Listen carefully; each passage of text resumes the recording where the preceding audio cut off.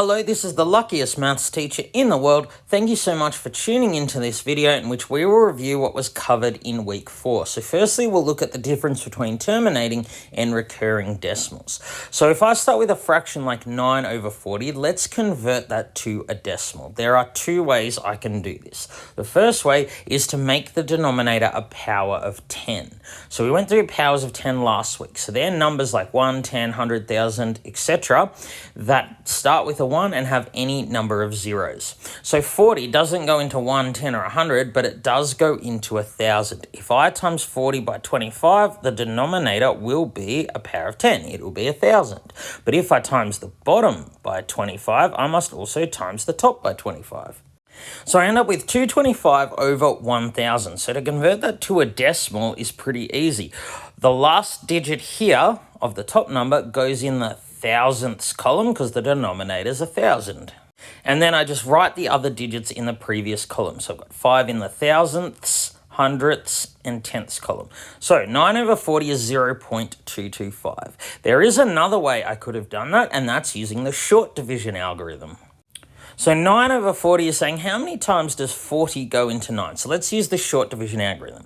Well, 40 does go into 9 0 times, but there's a remainder of 9. When you're using short division algorithm, always make sure the decimal points line up. So now I say how many times does 40 go into 90? Well, it goes twice, remainder 10. So write the 10 there. So how many times does 40 now go into 100? Well, it goes 2 times, remainder 20. So now, how many times does 40 go into 200? The answer is 5. And I've got the same answer, 0.225. Now, I stop there because 40 goes into 200 5 times with no remainder. So this decimal number I've come up with is said to be terminating. Terminating means stops. This decimal number stops after a certain number of places after the decimal point. In other words, it doesn't go on forever. So let's try converting 2 over 11 to a decimal. So we can't use our first method here, but that's okay. That's pretty complicated anyway. It can be pretty hard to figure out, say, what you times by 40 to get 1,000. I can't do that here, though, because 11 doesn't go into any power of 10. So if I want to convert 2 over 11 to a recurring decimal, I'm going to need to use the short division algorithm. So it's probably a good idea, whenever you have to convert a fraction to a decimal, always use the short division algorithm because you can always use it. So let's try this. 2 over 11 is saying how many times does 11 go into 2? Once again, 11 doesn't go into 2 any time, so it's 0, remainder 2, and I make sure the decimal points line up. So how many times does 11 go into 20? Well, it goes in once. 1 times 11 is 11, and there's a 9 remainder. How many times does 11 go into 90? Well, 11 times 8 is 88, and there are 2 left over. So how many times does 11 go into 20? It goes once with 9 left over. How many times does 11 go into 90? Well, it goes 8 times, remainder 2. How many times does 11 go into 20? Well, it goes once, remainder 9. So hopefully you're seeing a pattern here. If we keep going using this short division algorithm, every first digit's going to be a 1, every second digit is going to be an 8. And this process will go forever and ever. So this is an example of a recurring decimal. So remember that a terminating decimal stops. There are only a certain number of digits after the decimal point. But this recurring decimal, it has infinitely many numbers after the decimal point. This decimal expansion will go forever and ever. 2 over 11 is 0.1818181818. It goes forever in that pattern. So we need to be able to write decimals like these, recurring decimals, in exact form. We obviously can't just keep writing 1s and 8s, so this is how we write it. We write 2 over 11 equals 0.18. Now what we do is we put a dot above the 1 and above the 8. That indicates that it will keep going this pattern. The 1 will be repeated infinitely many times, so will the 8. This is called exact form. So 2 over 11, the way it's written here, it means it goes 0.1818181818, and the 1 and 8 continue forever and ever. So let's look more at exact form.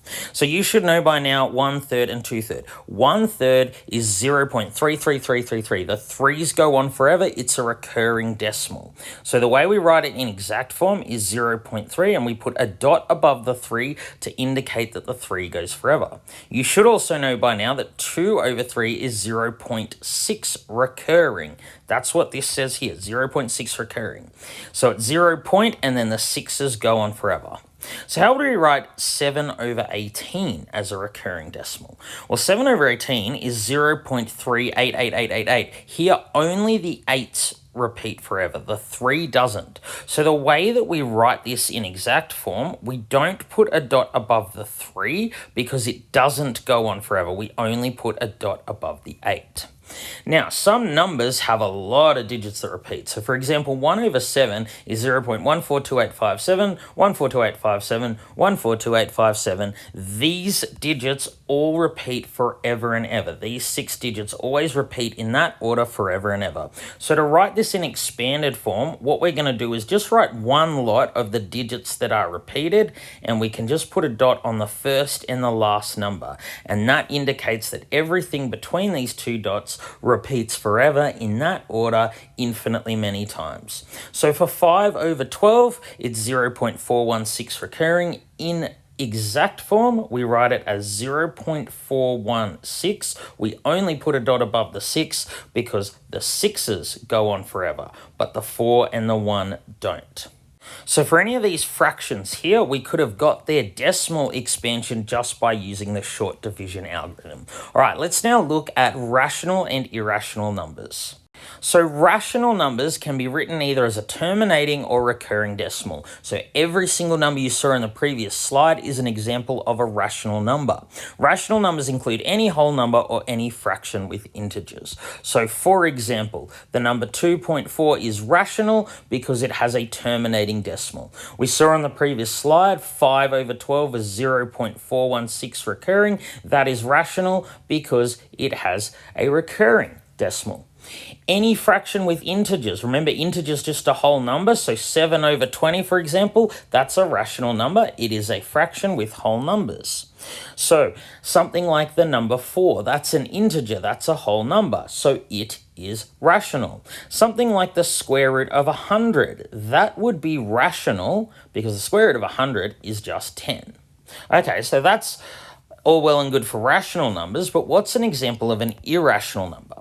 Well, if rational numbers can be written as terminating or recurring decimals, then irrational numbers cannot be written in that way. An example of an irrational number is root 2. So this number here has infinitely many numbers after the decimal place, but it's not a recurring decimal because there is no pattern. We can't write this decimal in exact form like we did on the previous slide. So this one just goes forever and ever, but you can see that there's no pattern. There's no set of integers that is just repeated in order over and over again.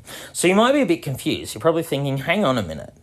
Why is it that the square root of 100 is rational, but the square root of 2 is irrational? So this all comes down to perfect squares. So perfect squares are just numbers that are an integer times by itself. What does that mean? Well, 0 times 0 is 0. 1 times 1 is 1, 2 times 2 is 4. These are all perfect squares. 9 is a perfect square because it's 3 times 3. 16 is a perfect square because it's 4 times 4. And similarly, 5 times 5, 6 times 6, 7 times 7, and so on. These numbers are perfect squares. 121, perfect square because it's 11 times 11. So really, any number not on this list is a non-perfect square. Notice that 2 is not on this list. There is no whole number that you can square to get 2. There's no whole number that you can multiply by itself to give an answer of 2. So 2 is a non-perfect square. So it turns out when you square root a perfect square like 100, 100's on our perfect square list, if you square root a perfect square, you get an integer. So that is rational. All integers, all whole numbers are rational. But if you square root a non-perfect square like 2, the answer is irrational. So without even looking at the decimal, for example, I know that the square root of 3 is irrational. 3 is not on our list of perfect squares, so the square root of 3 is irrational. So please make sure you take note of this point because everyone often gets confused with that. So 3 is not a perfect square. The number 3 by itself is rational because it's an integer, but the square root of 3 is irrational. It does not have a terminating decimal, does not have a recurring decimal. You can't write it as a fraction with integers.